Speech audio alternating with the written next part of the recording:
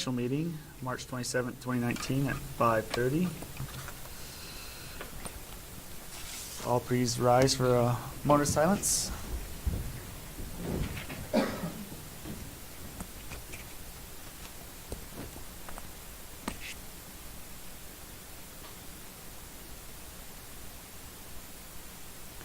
Thank you. If you'll all join me for a Pledge of Allegiance.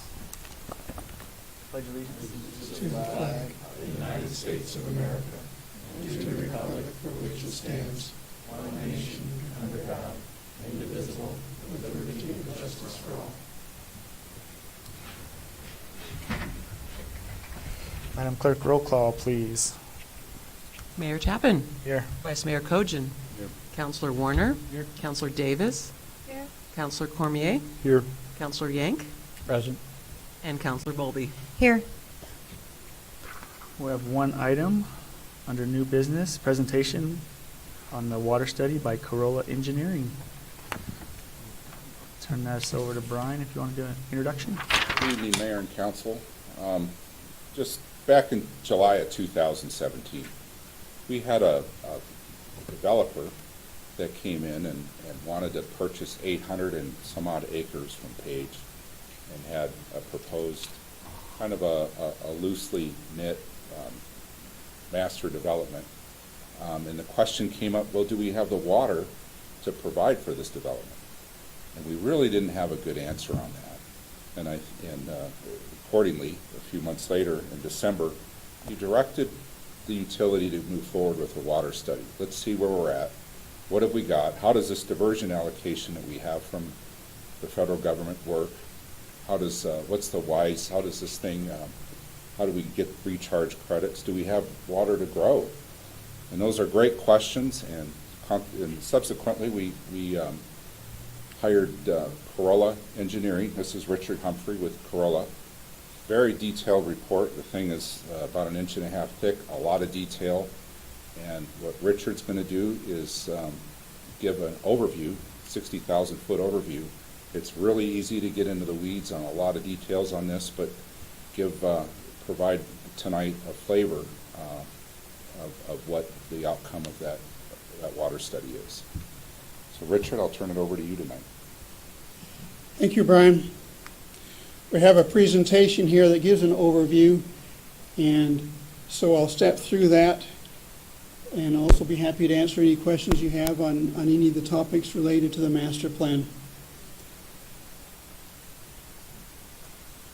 To begin with, in the master plan that we did, we looked at water demands, water resources, the raw water system, the water treatment, and the wastewater treatment, and the reclaimed water system. This map shows the city of Page, and on the right side you can see your planning area. The blue lines represent various developments within the area, and then over on the left-hand side is the other annexed area that the city also has. And so this map is to show what the potential area is for potential development out into the future. We've also identified communities that you interact with either in supplying water, which would be Lychee, or the two communities on the other side of the river that you take wastewater flow from and treat. And looking at this area just as a perspective in very rough terms, what would it take if you build out the entire area?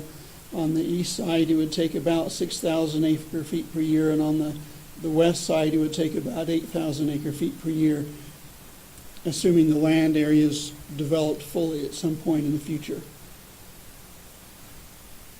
In order to evaluate the infrastructure and the water resources, we developed some demand projections for the city, and these projections were based on land use. So we looked at the acreages of residential development, commercial development, and industrial development, and we looked at what the water demand was now, and then we extrapolated that to new areas into the future. And so the maximum flows that you get on a daily basis in the summer for water are roughly 4 MGD. Your average wastewater flows are 1.1 MGD, and that gives you a reclaimed water flow of about 1 MGD. Now, you have very significant seasonal variations in these flows because of your hotels and the businesses and the people that come here in the summer to be able to look at the sites around this part of the country. So if you look at how those flows are estimated to increase based on a 1.5% annual growth, and that's 1.5% of your current demand. By 2040, you would have a maximum daily demand of about 5.9 MGD, a wastewater flow on average of 1.8 MGD, which gives you a reclaimed water flow of 1.7 MGD. So when we looked at infrastructure requirements going out into the future, we were comparing the capacity of that infrastructure with these flow values.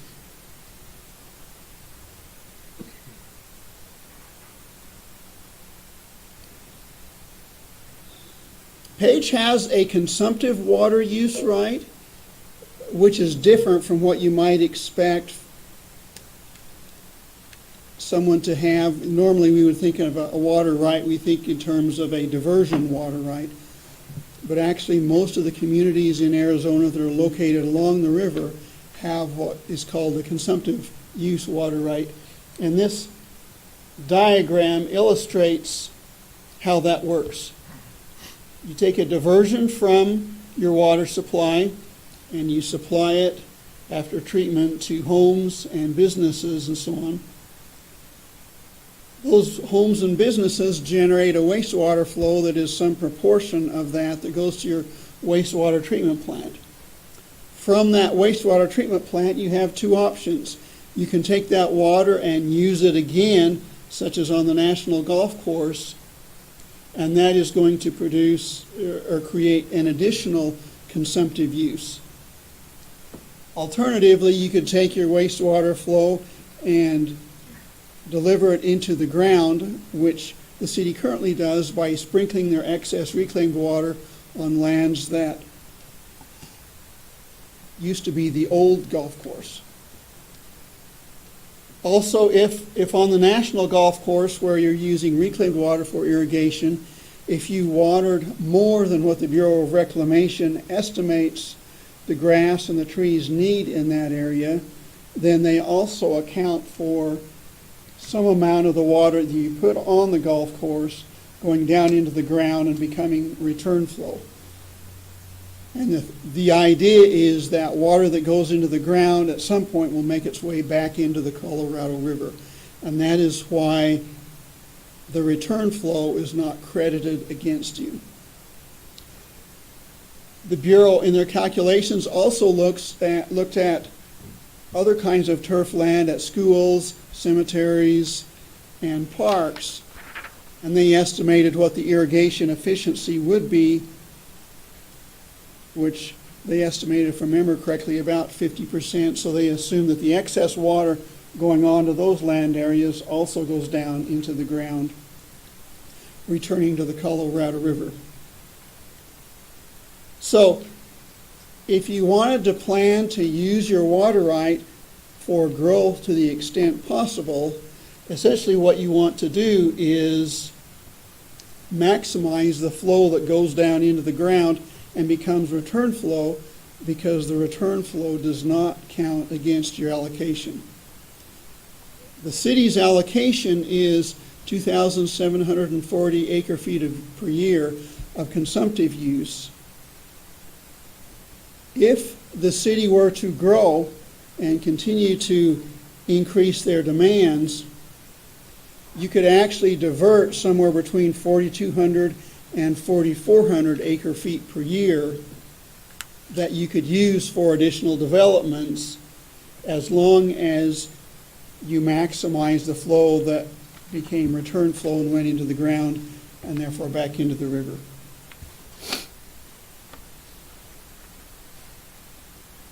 And for this reason, even though some communities that have a different kind of a water right might want to take their reclaimed water and use it for additional golf courses or other things, that is not what is in the greatest benefit for you if you valued additional homes or additional businesses as a way to grow in the city, because you want to be able to divert more than your allocation to be able to serve that additional growth.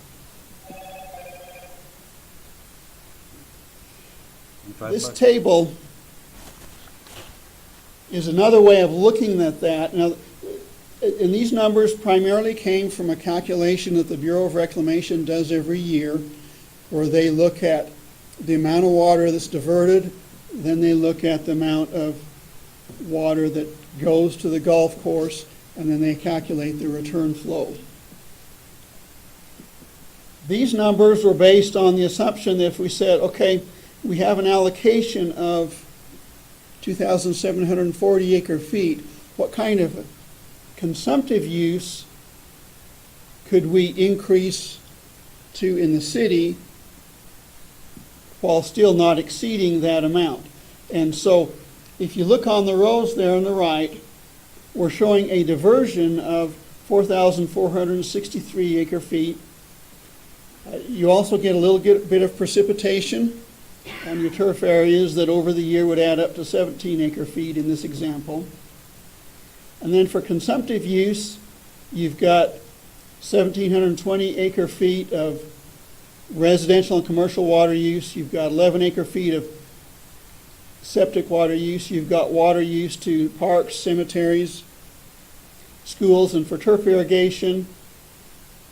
They also treat the reclaimed water that evaporates from your ponds down at the water reclamation plant as a consumptive use, because it doesn't go back to the river. And then your national golf course irrigation use is 662 acre feet. So those items add up to your 2740. And the difference between the 2740 and the 4463 is your return flow. And in this calculation, you have 73 acre feet of excess water from irrigation that goes into the ground, 169 acre feet of excess water that goes onto the golf course. The 1,327 acre feet is what the city would sprinkle out onto the old golf course land as a way to return the water to the ground. And then other smaller reclaimed water flows that were adjusted from the spreadsheet that the Bureau calculates every year for the city. So you have a total return flow of 1,629 acre feet. And then I included the leachie allotment as separate, just so that I'm making sure clear that this is just the city's water right, and leachie's allocation is counted separately.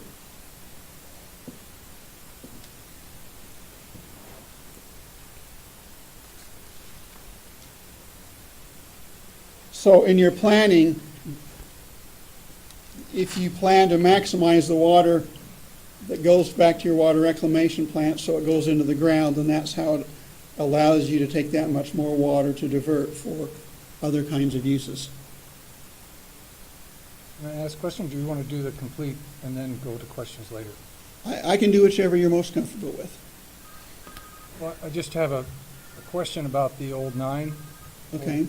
Is all of the water that's disposed there considered return flow? That is correct. So when that was constructed, the old 9 and the new 18 were one unit. Now, since we closed the old 9, did that render the new 18 non-return? Because they were built in unison together with one system.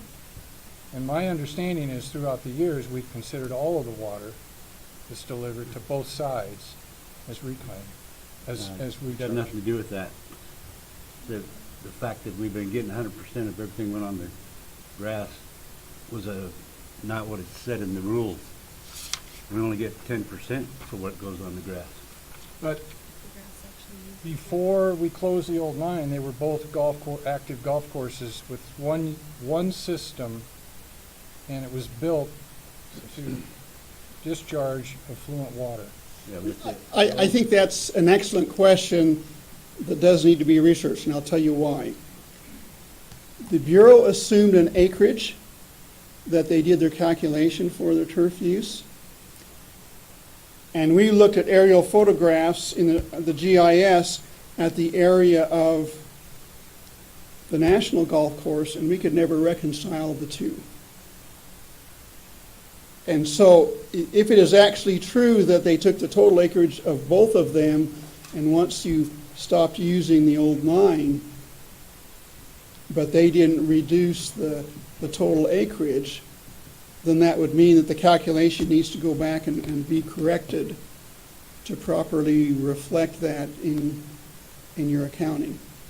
That wouldn't help us though, because the point is, if we grew grass on the old 9 right now, we wouldn't get credit for all the water that went out there, because going to grass, which is a consumptive use. Okay.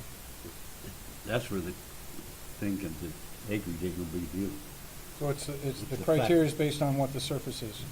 Yeah, that's what, The turf consumptive use is based on the surface area of the grass. Palmer, we've been getting 100%. So if they read it according to the thing, we're only going to get 10% what it goes on the grass.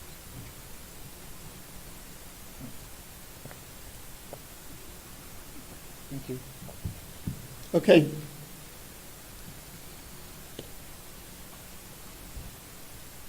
So if we did an extrapolation to say, all right, given the city's current water allocation and the growth rate that we assumed, and if we assumed that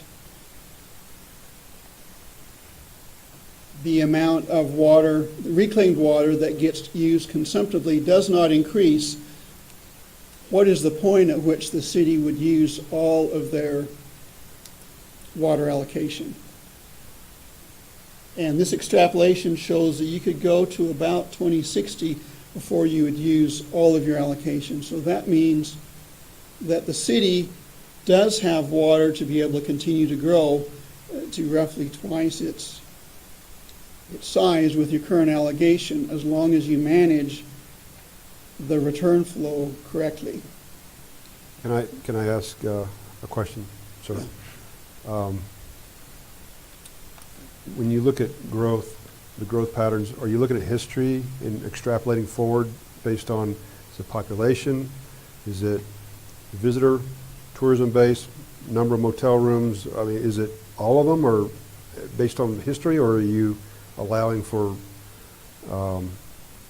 tourism to flatten out at some point? I'm just curious of where this growth comes from. The way we did is we took your current water use and divided it into the categories of residential and commercial, which would include the hotel use, and the irrigation use for what is here today. And then we assumed a 1.5% growth as a percentage of today's use. We also assumed that rates of water conservation or per capita or per home water use did not change. We did look at the number of hotel rooms that you have now, because that water use is significant, and it's significant also in your peaking use.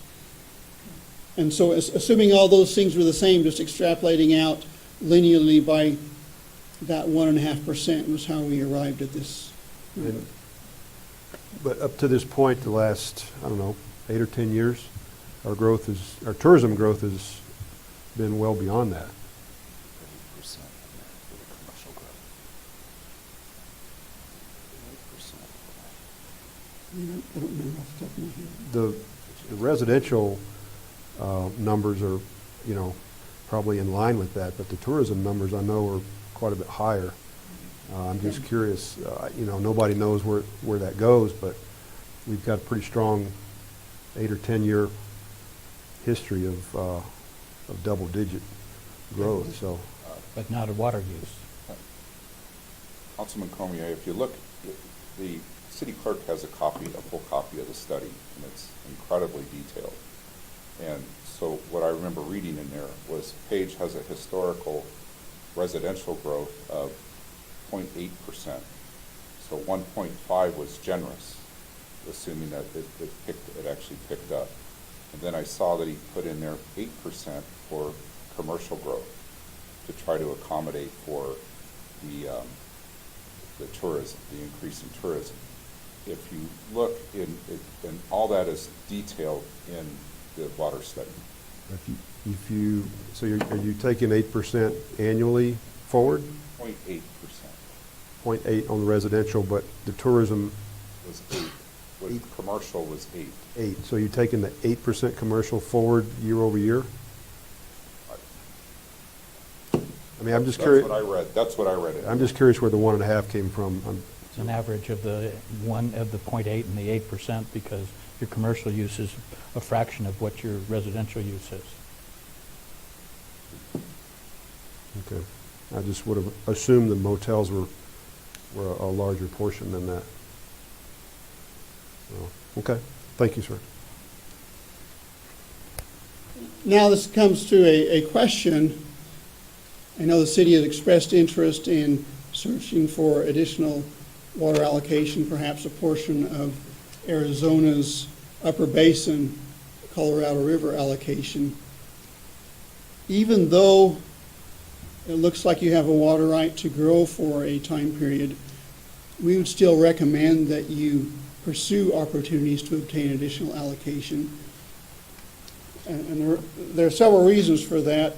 The biggest one, I think, is that as Arizona as a whole grows, there's more competition for water, and the water that might be available 20 years from now is likely to be less available than what is available to now. So I would encourage you to take advantage of whatever opportunities might be out there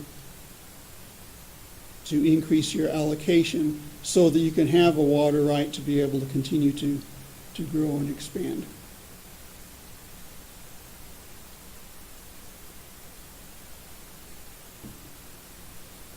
Now, where does the land that we've already sold, where does our commitment to supply them water get figured into that? I'm aware that you have made some commitments to developments and land. We assumed that that would be a part of this overall allocation in the 2740 acre feet, but we didn't have the information to break out specifically how much of that is already allocated to some lands.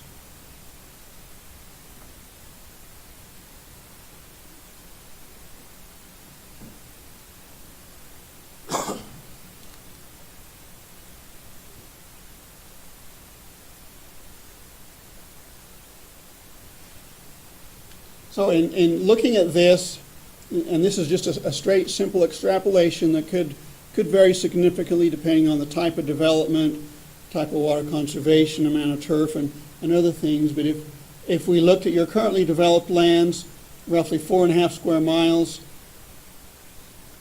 with a water use of 1743 currently, and then said, okay, that you've got about 17 square miles on this side of the river, a total of 38 square miles, and just did a straight extrapolation, then you can see there what the water requirements would be in the future. So this gives you an idea that if the city were to grow to fill its entire service area, how much additional water allocation you might need.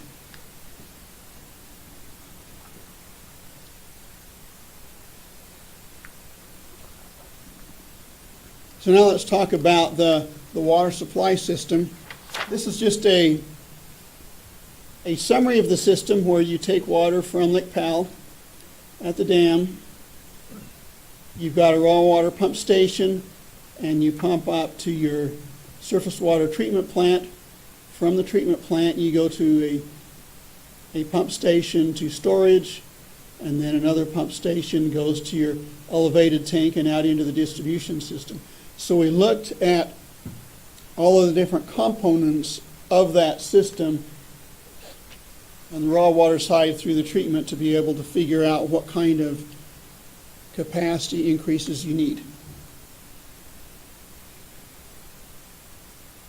Certainly the first thing you want to do is make sure we provide enough capacity for existing customers, and we looked at the performance criteria that we normally use in evaluating the capacity of infrastructure relative to your infrastructure so we could see if there were any deficiencies. Then we also looked to increase the capacity to 6.6 MGD for future growth through 2040. And the way we got to the 6.6 MGD is that your surface water treatment plant is currently permitted for 3.3 MGD.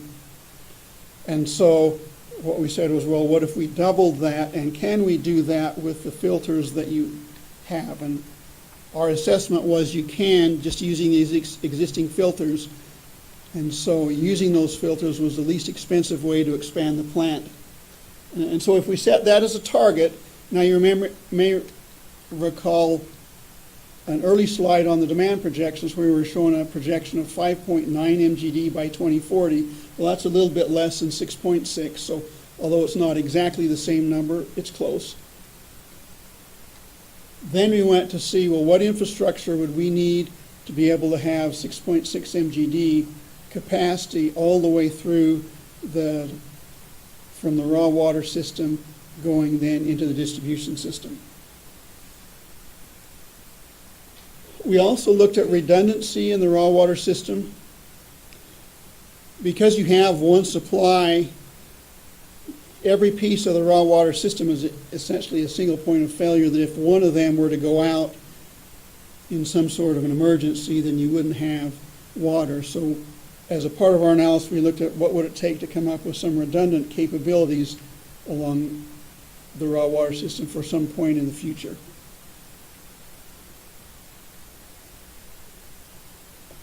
So for raw water improvements, the raw water intake currently is a 12-inch pipe that goes through the face of the dam, through a filter, and then to the pump station. This pipe was installed in the 1950s. So it's been there a long time. We aren't 100% sure of its condition. We weren't able to inspect it. But we need an 18-inch pipe really to be able to provide the 6.6 MGD of capacity. So we were looking to see how can we do that. You have 4 pumps currently at the dam that are functioning fine. They were replaced in the early 2000s. So we were looking at how could we add 2 more pumps down in the dam to be able to provide that additional capacity. And then the pump discharge line is also 12 inches, which is undersized. At some point before it goes into the tunnel, we believe it transitions to an 18-inch pipe. So there'd be a section of 12-inch pipe that would need to be replaced to be able to do this. And so if we looked at what are the challenges we have in dealing with the raw water system, the first one is there's a concept that Brian has had for years about maybe connecting at one point where the holojet tubes have some access and taking the water there. And we were able to look at that this morning with one of our mechanical engineers, and he looked at it and quickly came up with a concept of how he believed that would work and work well. So we're excited about what we believe is a technical solution to this particular problem, and then we looked at how that pipe might be routed to get to the pump station. Obviously, the Bureau of Reclamation owns and runs the dams, so we need to work to their requirements and their expectations, and we need to make sure that we understand that clearly so that we can comply with that. And then identify space for 2 more pumps. And the pump station currently is on 2 different levels. On the lower level, it appears there should be room for at least 1 and maybe 2 more pumps there. So the next step on that is to come up with a proposal concept to take to the Bureau and see if they would buy into the concept and that proposal to work with us on doing that. Next, we looked at the water treatment plant. This is an aerial photo of the plant with labels on the various components. You've got 2 ground storage, an elevated storage tank, a filter building, some UV disinfection, and then a wash water recovery basin.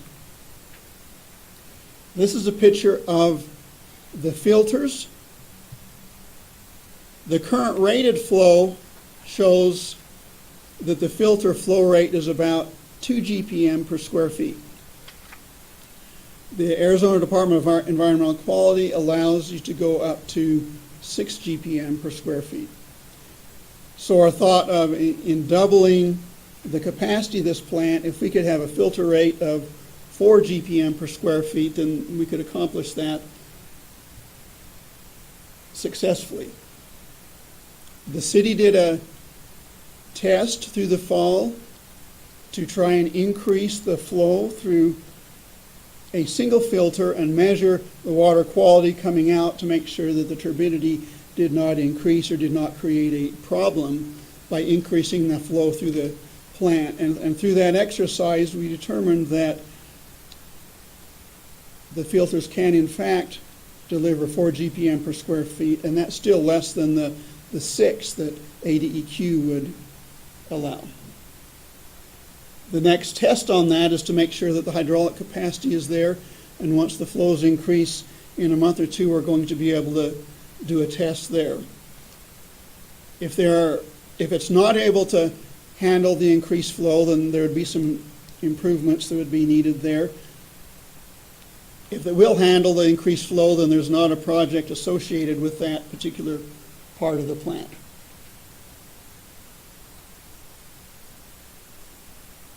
So we believe that doubling the filtration rate will be fairly straightforward. The high service pumps currently have a firm capacity of 5.2 MGD. With a firm capacity of 6.6 MGD through the plant, we need more capacity than that in the pumps that go out into the distribution system, so you can handle your peak hourly flows, and so you can handle the fire flows from some of the large buildings like your Walmart that would have a higher fire flow requirement. And so that's why we're recommending that that pump station have its capacity be increased. Then the clear well pumps take the water from the filters to the storage tanks. There's currently a firm capacity of 4.9, and so that would need to be increased to 6.6. And you have a firm capacity of, on the UV disinfection, of 5, which would need to go to 10, and then increase the pipe sizes correspondingly to 8 inches. So those would be the various improvements in parts of your water treatment plant that would be required. Storage is an important component of your system so that you have some water for emergencies and failures and so on. And we could put an additional couple million gallons of storage on site. As you grow, it may be that you would want to put additional storage at other locations within the city to help improve fire flows. But we didn't evaluate the distribution system as a part of this study. So we would recommend an additional tank at the plant in the near term, and then further evaluation at some point in the future for additional storage. That doesn't mean that to wait 10 years for that 2 million gallon tank? The way it says there, it looks like it's supposed to wait 10 years to do that tank. The second one would be in 10 years. The first one would be as you're able to budget and work it into your schedule and the priority with other improvements. So the near-term additional 2 million gallons, there was discussion earlier, Brian, that you recall that the community doesn't process enough flow to hold more water, that water's got to turn. How does that relate to the additional 2 million gallon storage? I'm saying for fire flows, et cetera. Currently, we store, especially in the winter, we treat and store the water, and we don't cycle through it fast enough. So the additional 2 million, there's some fire considerations that come into play, but there might be some alternate modes, such as pumps in the distribution areas that we could use.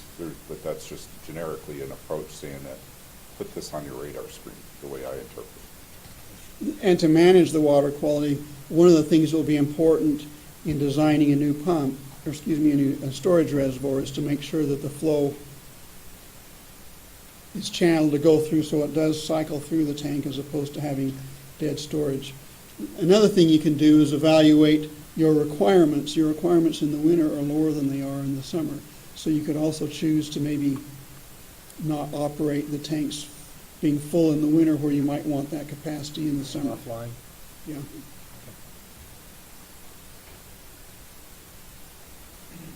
So now let's talk briefly about the wastewater treatment plant.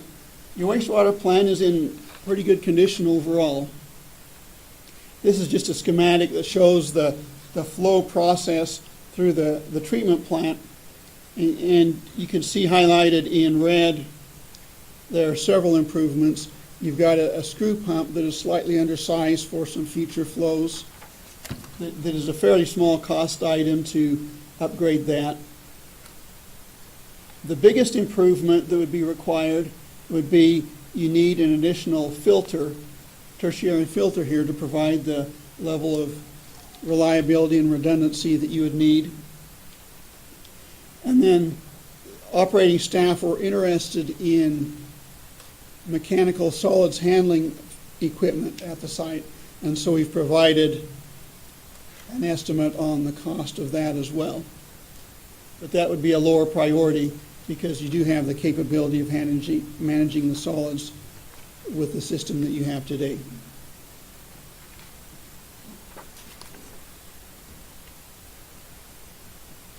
So if you take all of these and prepare planning level cost estimates of what each line item improvement would be, this table shows you that. And we broke those out separately in several ways. First of all, we looked at what are the improvements just to get to 6.6 MGD across the board. And then we looked at what would be the cost for redundancy down the road if the city chose to make those investments. We also looked at who benefits from these improvements, and we made an initial high-level pass at saying, okay, these improvements would benefit today's citizens, and these other improvements would benefit future water customers that would come in, so you have some perspective on how that would go.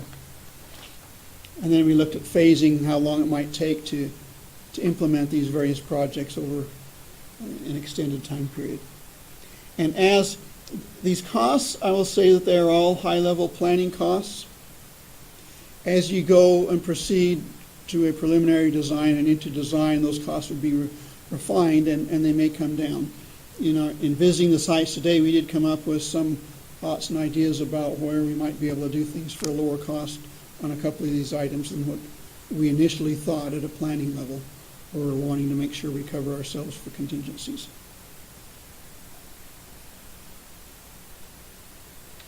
And then this table shows the wastewater capital improvement costs, where the most important one is the traveling bridge filter.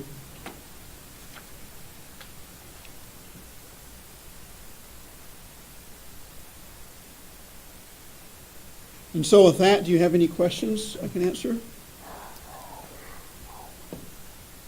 Have we experienced any effect of the invasive species that's in the water that we're getting in the lake? I don't know. Not yet.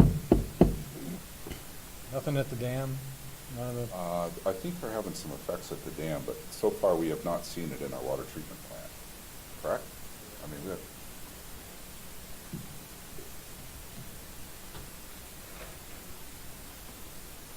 So this study, I'm sorry, this study didn't address any avenues for additional water allocation or water availability. We talked early on about the possibility, feasibility of a well versus another line up the tunnel. If you look in the water study, there's an extensive section where Corolla looked at if we went and punched wells, that was a $40 million project. Basically, what, 10 wells?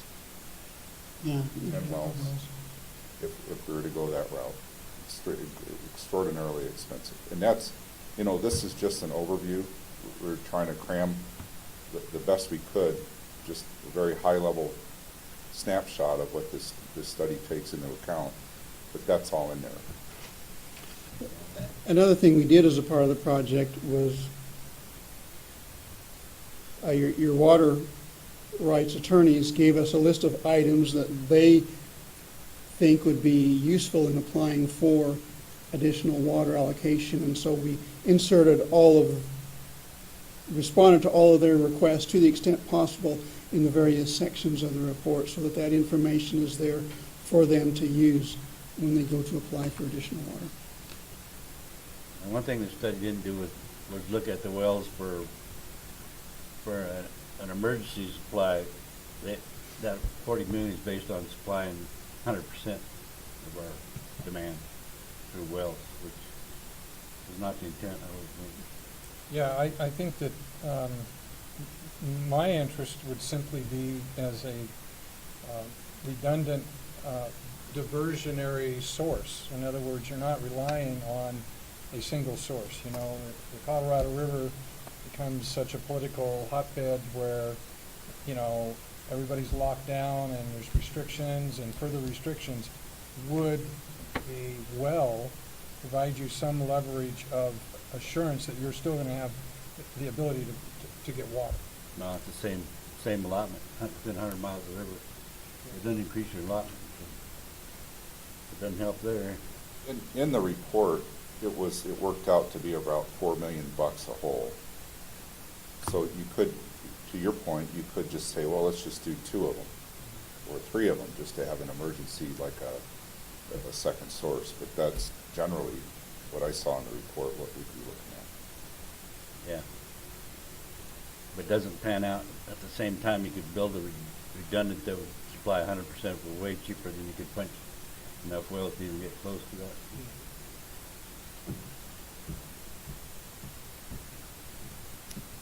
Questions on council?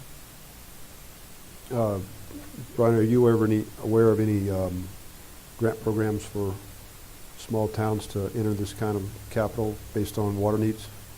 I hear rumors of them.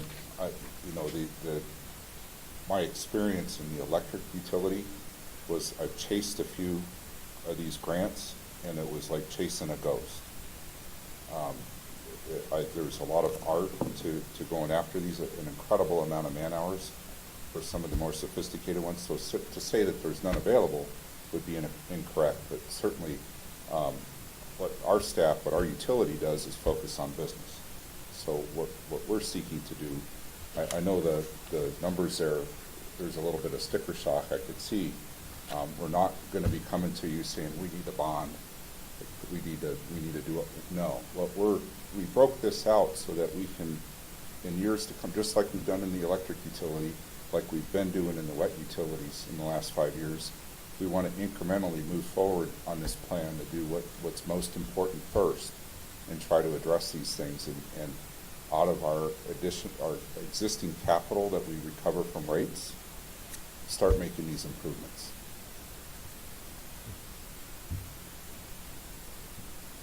Mr. Carey? A question on how the demand was estimated for the future. At the beginning of the show, you had a map of the municipal boundary. It's an acre-feet if they were to be fully developed. But then later it seems like you've estimated demand just simply based on the 1.5% increase on current use, which seems to be logical because that first estimation, fully be developing west side of the river wouldn't add any more water demand because you can't develop, the city doesn't own that property. So there's not going to be residences, hotels, et cetera. It is within the annexed boundary, but there seems to be very little development potential for the city on the federal lands that are in that western section. Yeah. When we did the annexation, when we sat down with Interior, and why I'm prefacing this as to why I think that those numbers that he gave us are relevant. The Interior attorneys said, currently, like in Utah, where they've traded Sitla land for parkland, they wanted to get Sitla land out of out from in the middle of wilderness areas, other areas that, and bring it around big water. That's why you have all that. Currently, Arizona law doesn't provide that, but the interest is in interior, for what they told us and why they were warm to the whole annexation, was eventually someday when Arizona changes, and I guess there's some politics down in Pima and Maricopa County that prevent that, that eventually Interior would like to trade that state trust land that sits inside of Vermilion, let's say, Chivowitz and other places, and bring it into this area. So there is indeed a possibility that down the road, once Arizona changes, Interior would want to trade that, and that would be state land that then could be sold and someday, probably not in our lifetime, but maybe developed. So that would be on the BLM portion of that western section within the city. The Interior attorneys that we spoke with did not bifurcate whether it was going to be Park Service land or BLM land, but they just said that they would recognize that someday as being a possibility once Arizona changed its laws. So with that, that's why we said let's pretend that happened, and those land trades did take place, and that became state land, and there was a pressure point to start developing. That was where this 14,000 acre feet, if that were to happen, would become relevant. So those demands then, did that fuel the 1.5% increase? Or just, No. I'm not sure the connection between that need and the Those were two separate estimates. He did the population growth at the 1.5%, but then he said, let's pretend that you expanded and you built out the entire corporate boundary. If that were to happen, that's where the 14,300 come in. But for our purposes, we want to see where are we at today. We're trying to answer that question. If we develop, what can we do? And so I think we've got some good answers here on that. Yeah, the Coconino Water Plateau Advisory Council did a study a few years ago, and they took out the whole Coconino Plateau, but they took Page as a separate entity and did each one separate, and they came up with almost the exact same number they did. So there's a lot of work went into that number. It's pretty close. Unless you got crystal ball, something else. I'm still a little fuzzy on the terminology that was used on return. So you're saying that even though you have this side of the road's 100% return because it's old grass, and this side's 10% return because of its new grass. It was a fully functional golf course. But they were giving us the credit for, It was a mistake. for dirt. Now, if push comes to shove, they won't give us credit for dirt. They will give us credit for grass. If you go grass on the nine hole right now, you get the 10%. Doesn't matter whether it's 9 holes or 18 holes, whatever it's at. It's because it was written one way and interpreted a different way. So if they go by what's written, you don't want to grow grass. If you want the return.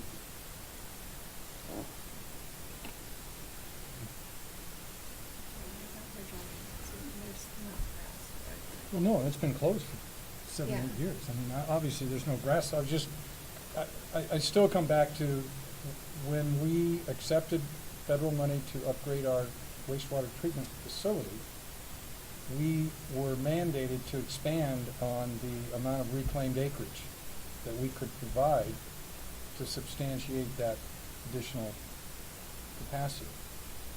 And that decision was heavily driving the need for additional acreage, and that's where I think a lot of the 18-hole concept came from. We need more acreage, and it was platted as an DEQ recharge. Acreage was. And you can still achieve that by taking out some of the grass on the 18-hole course. Every bit of that gets watered that doesn't get grass, you get 100% recharge.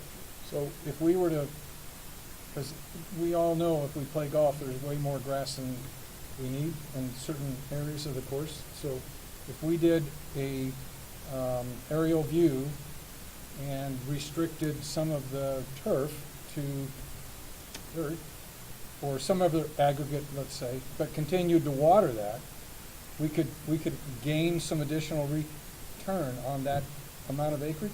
Is that true? Yeah, because the Bureau's calculation is based on a certain number of acres of turf land, and they've done studies with the weather and so on, and they've estimated, I can't remember the exact amount, but it's about 5 feet of water over a season that they say the grass would need. So if you put 6 or 7 feet on there, or on lands that did not have turf, then that would go to recharge. You'd have to work with the Bureau and their spreadsheet to adjust the calculation to correctly represent the acreage that really is in turf. Now, because you're not close to using your limit, there are several areas in their spreadsheet that probably don't 100% represent the way Page is today. And I don't think they're worrying about it, but if you got up close to the limit, then that's probably something that people would monitor a lot more closely.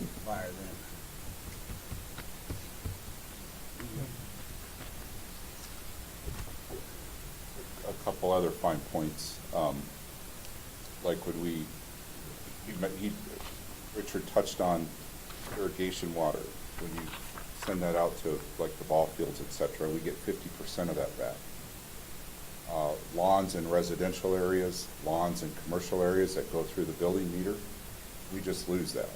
So going forward, for example, as we develop going forward, we'd want to require a separate irrigation meter from a building meter so that we can get that 50% back.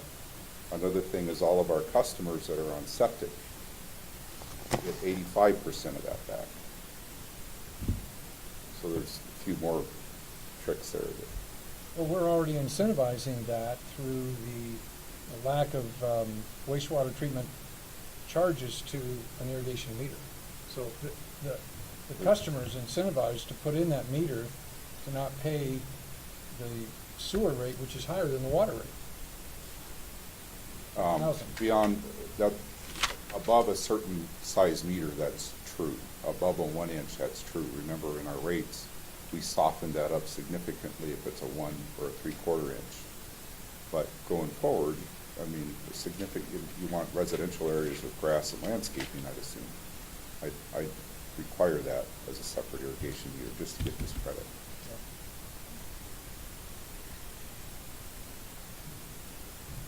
Mr. Carey? You started off by saying the city council asked for this because of that mega proposal a year or so ago. And I'm not sure we've answered that question, whether we can have future development, because we don't know what's been promised to the currently permitted development. We have this growth projection figure, which, makes sense in all these additions for the growth, but how much of that growth has already been spoken for in permitted development, such as Indigo Ridge or Potato Hill or other areas that have yet to be built out. The other thing that prompted the water study was the fact that we were pushing the plant to 4.2 million gallons on certain peak days. Alrighty, obviously there's lots more in that report that we covered today, but we're going to move on here.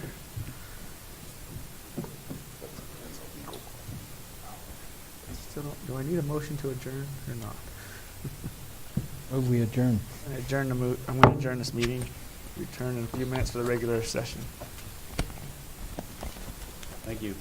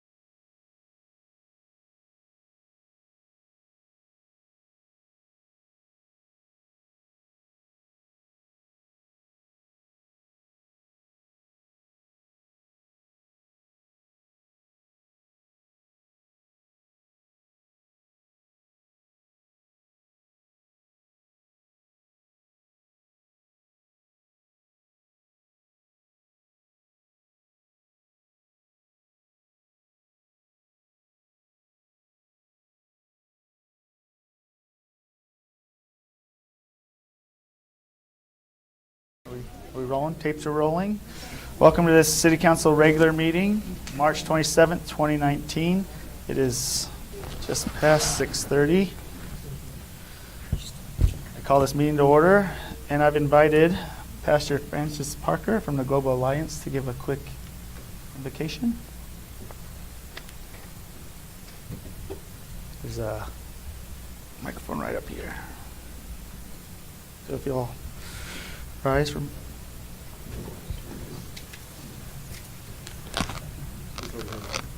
Heavenly Father, we just want to give you this time at this moment and just thank you for allowing us to be here. We ask for your guidance on tonight. We ask that you would bless the counselors, and that you would give us governmental alignment for our city. We thank you for all that you're doing. We ask today or this evening that you would word the mouths of the counselors and every decision that needs to be made in this place, that it will be beneficial for the entire city. And we thank you and we praise you. And we just ask all these things in Jesus' name. Amen. Thank you. Do you all join me for the Pledge of Allegiance? I pledge allegiance. To the flag of the United States of America and to the republic for which it stands, one nation, under God, indivisible, with liberty and justice for all.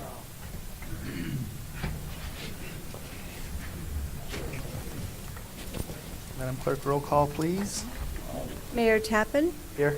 Vice Mayor Kojin, Councilor Davis, Councilor Yang, Present. Councilor Bowlby. Here. Councilor Cormier, Here. Councilor Warner. Here. Priority list. Is there any discussion or possible action pertaining to the City Council strategic priorities? We are meeting this Friday and Saturday to do our annual strategic retreat.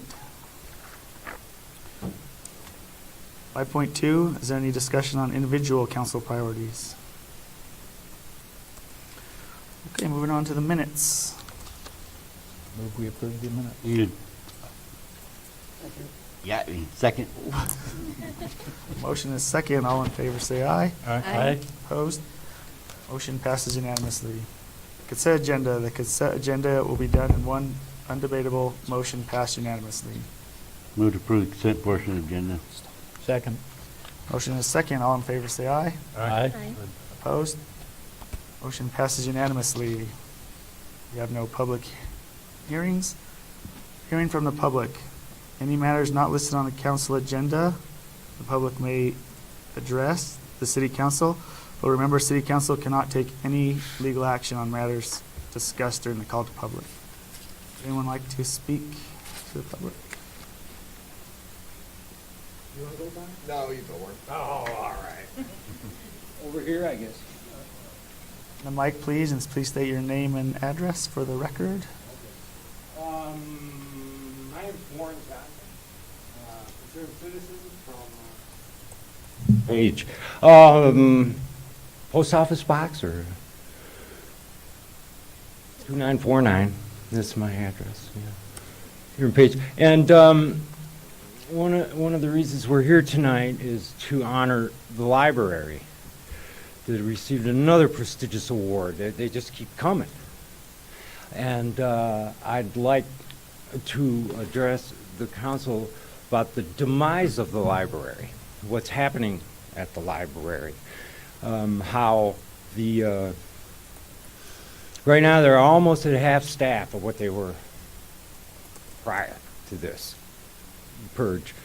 And I just wondered if you guys realize the pivotal role that libraries play in the educational and social development of little ones, teens, and us old folks, you know? It's a center of it's a hub of education, and it's a meeting place. People go there to meet. They bring their children there for the children's programs, where they're taught all kinds of things. And I know you guys, your kids have been there, and a lot of you have lived here your whole life or have raised your families here, and some just got to town recently. And I just wonder if this demise of the library, how there's talk about going to 5 days a week because of budget cuts. My belief is that it should be open 7 days a week, and that's just me. And the programs that are offered for teens and little ones, they're dwindling rapidly as the budget is no longer able to cover it, and the staff has gone away, either to the Horseshoe Bend or fired or wherever. And I just wonder if you guys are aware of this, because the people that it's affecting is the citizens of Page, the people who gave you guys their sacred trust when they gave you their vote. And I don't recall any of you saying, well, one of the first priorities is going to destroy this 5-star library and make it a 1-star, you know, maybe, with the staffing and the budget that is being considered for it. And so I just wanted you guys to know what's going on. And is this what you want? Is this your legacy that you want to leave? Oh yeah, we used to have a great library, now we got a library. And because I worked with the former director, Debbie Winlock, for 5 years in the library. I've been involved in all their programs. And I just wondered. And I want to put it to you, is this what you want people to remember you by? The library that went bye-bye. That's about it. Thank you for your time. Thank you.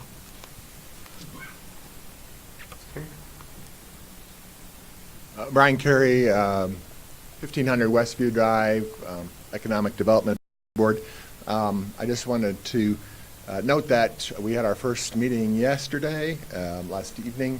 It seems like a great group of people, very exciting things we're going to be able to work on.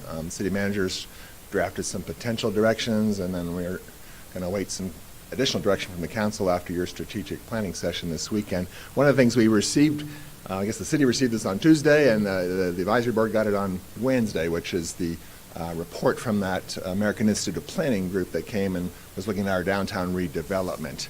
And I certainly haven't gotten through all of it, and I'm sure many on the council and city staff haven't either. The reason I bring it up is we're excited to start working on this, but I also note that there's, before the council this evening, a development plan for Block 17.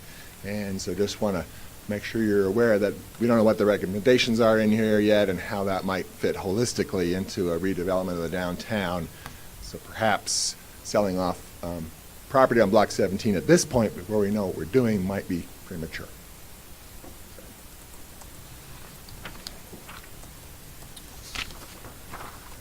Any other comments from the public? Kim?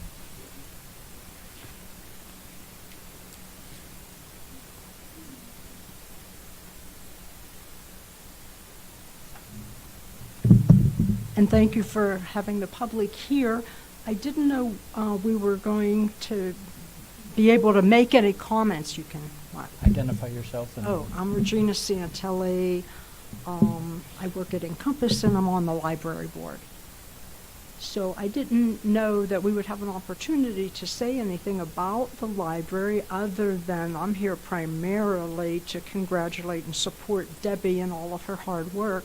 But since someone else has mentioned potential losses if the library is cut, I will just say the library resources are cut. I will just say as a professional, and other professionals have said the same thing, that having a good library is one of the factors that professionals do look at in being willing to come here and to work. There aren't a lot of resources, and that's a very important one. And I know I was speaking with some of the folks at Encompass today, and we use the library a lot as a resource for our patients. People who are lower income or live on the reservation and don't have access to a lot of resources, we actually use that as one of the places that we refer to. So I would just say I have found it to be very, very important asset to the community and to myself as a professional. Thank you. Thank you. Any other comments? Okay, thank you. We're going to move on to item number 10, reports and announcements. My first announcement is if you want to see the mayor ride on a donkey and support student council, April 2nd at 7 p.m. at the high school gym, the student council is doing donkey basketball for a fundraiser. That's my first announcement. My second announcement is the library award. In 2010, the Page Public Library was the first and only 5-star library in Arizona. In 2018, the public library has been recognized as one of the best libraries in the whole country. American Star Libraries presented an overall indication of how a library's performance stacked up to its peers, measuring overall circulation, library visits, program attendance, and computer usage. So this award reflects of our community's use of the library, like you just heard from the public. And we can all be proud of this level of quality needed in order to win this award. So if council will join me again for a front page picture. Sorry, this award goes to Debbie Winlock and and the staff.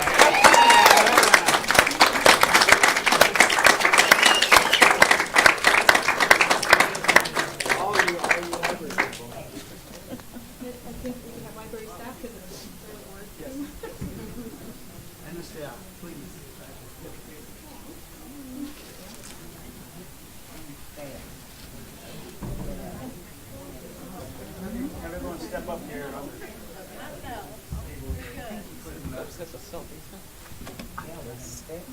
Aren't we?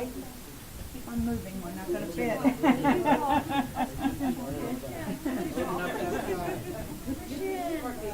Go on now. You're too tall.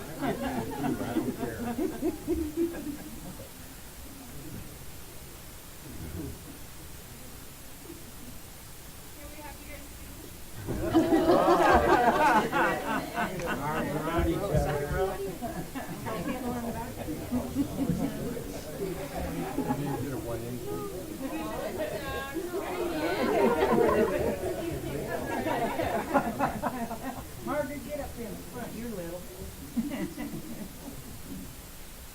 That better? Okay, don't be shy. Come on. Debbie and staff.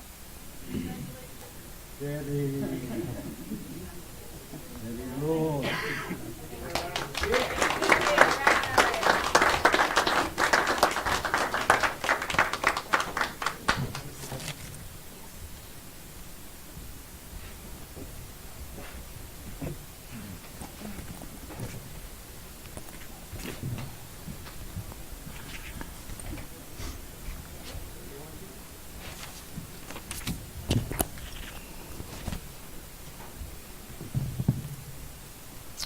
We all had to go to work early in the morning.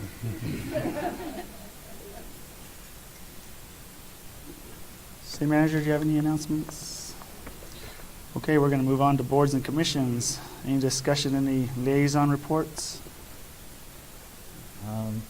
Library board met last week, had the full board there. Wonderful. Yes. And, discussed the operations of the library and discussed the award. It was a good meeting. Substance abuse task force wasn't able to meet due to lack of people.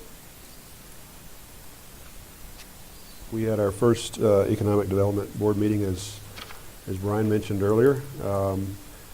So the work begins. We elected a chair, DJ Lister, the vice chair, Ron Colby, and we set up a work session before the next regularly scheduled meeting to develop the initial agenda priorities for that board. And Michael supplied a nice template for us to get started with. to generate the ideas for the work session. So that's in motion, and they'll be notified. That'll be a public available meeting. High Energy Group, I think it'll be a deeply impactful board.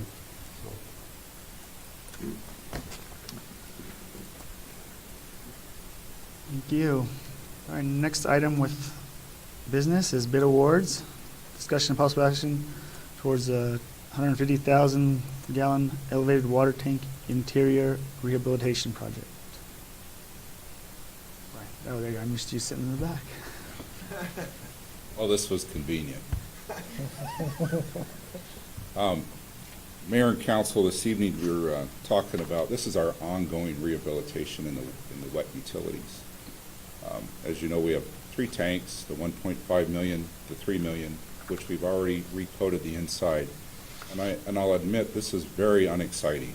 To recoat, to paint the inside of a tank is nothing that you're going to have hot dogs and a ribbon cutting for, but it's yet in the utility business, it's something that we've got to do. We're moving on now to the water tower. The water tower, the best we know, was built back when Page was built in the late 50s. We have no record or have been advised when it's ever been rehabilitated. In fact, the valve that isolates the water tower is seized open. We can't even work that valve. We're going to have to put in a hot valve. It's called a hot installation. We got a guy coming up from Phoenix, a company from Phoenix that's going to do that for us. So to our knowledge, this has never been looked at. It needs to. Steel does rust. The coating wears off, and we're concerned about what we're going to find when we get in there. But we wrote a bid spec and went out for competitive bid. As you can see, we had 7 bidders, and the lowest bid asked to be removed because he didn't quite read all the bid information. As you can see, 88,000, that was way low from the rest of them. So staff is recommended to the board the second lowest for NSP coating from Campbell, Ohio for $147,000. We presented that to the board at the last board meeting, and the board voted unanimously to recommend that onto council to move forward with that rehabilitation. On a separate note, one thing that's very interesting is before we could do this, we had to put a variable frequency drive on the elevated pumps, one of them, so that we could maintain pressure in Page. We have to keep that pump going, and there's controls on there to keep that doing, to simulate the water tower. So absent of that, or that never being done before, this is another reason why we don't think that this has ever been accomplished. We do have this in the budget, set at $240,000 in the capital replacements for Fund 51. And so the bid came in, the competitive bid came in for $147,000, and that's what we're recommending.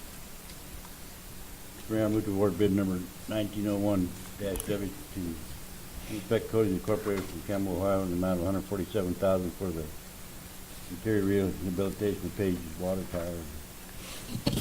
Second. Motion is second. Any discussion?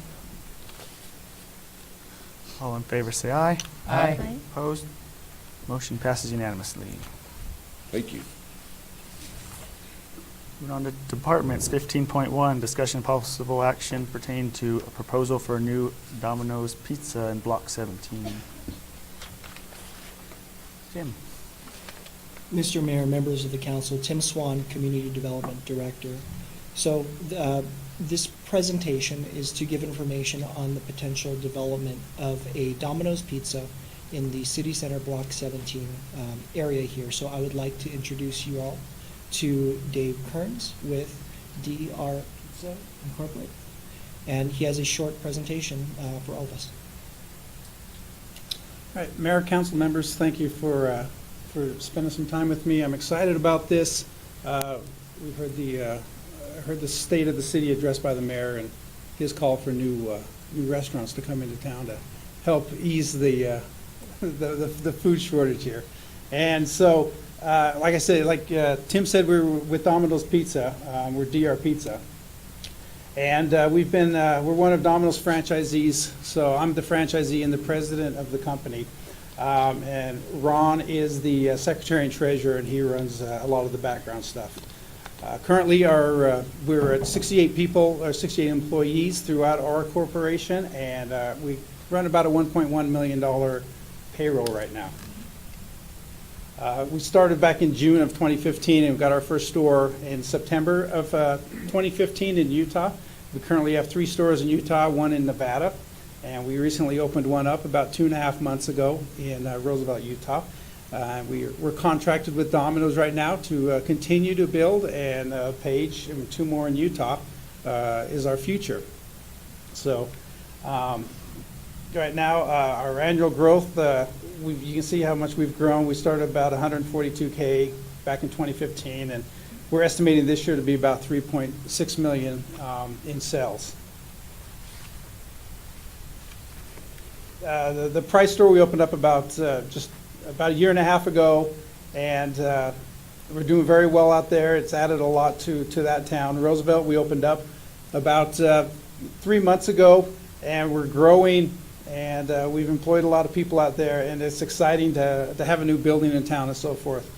I am aware of the revitalization plan with Tim and his staff that they're doing. So we have talked about the parking lot here in the northwest corner, possibly putting one up in there.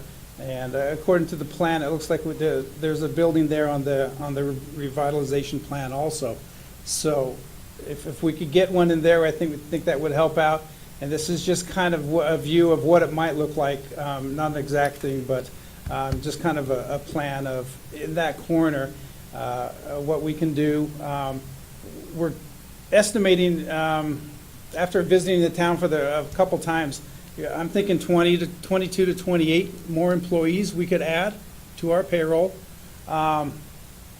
We wanted some seating inside and outside because we know how beautiful it is in the evenings here in the summertime. The technology, it's just above and beyond what I thought was possible for just a pizza place. So, and then we have all of our food comes in from Phoenix, and we're projecting an opening of spring of 2020 for our project. Awesome. So, Mr. Mayor, members of the council, just in summary, this project is looking to bring anywhere between 22 to 30 jobs. The developers and the business owners are on board with our redevelopment and revitalization program, and this project does have full recommendation and support from the Community Development Department.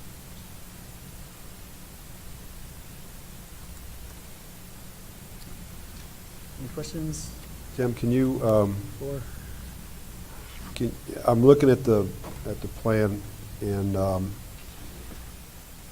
at the revitalization Block 17 plan, and I just want to be sure that this fits the intent and the scope of that plan. Could you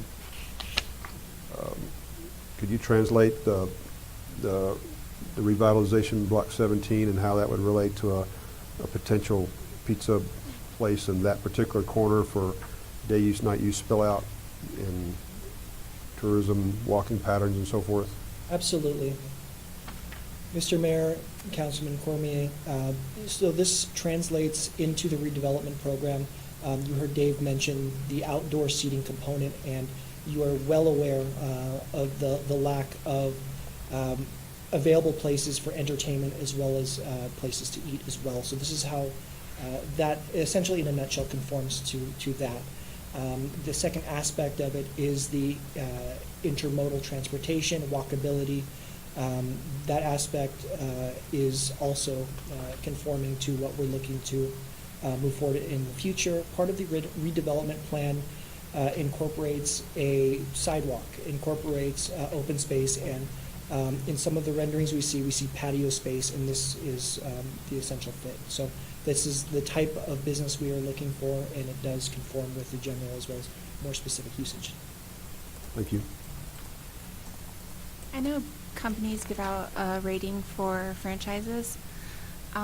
What is your current rating for your other stores at the moment? And also, how do the community members in those cities or towns rate your store, like on TripAdvisor or that sort of thing?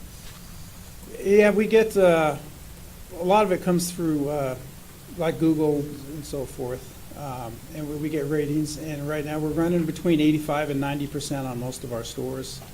And out of 5 stars, we're averaging about almost 4 stars on our visits from Domino's when they come in and do surprise visits. So we're running good stores. We have good managers and all those. I do visit the stores constantly, week or every other week, so I'm an on-hands owner. So I'll be in town all the time working with these guys, making sure things are done the right way, things are done the Domino's way.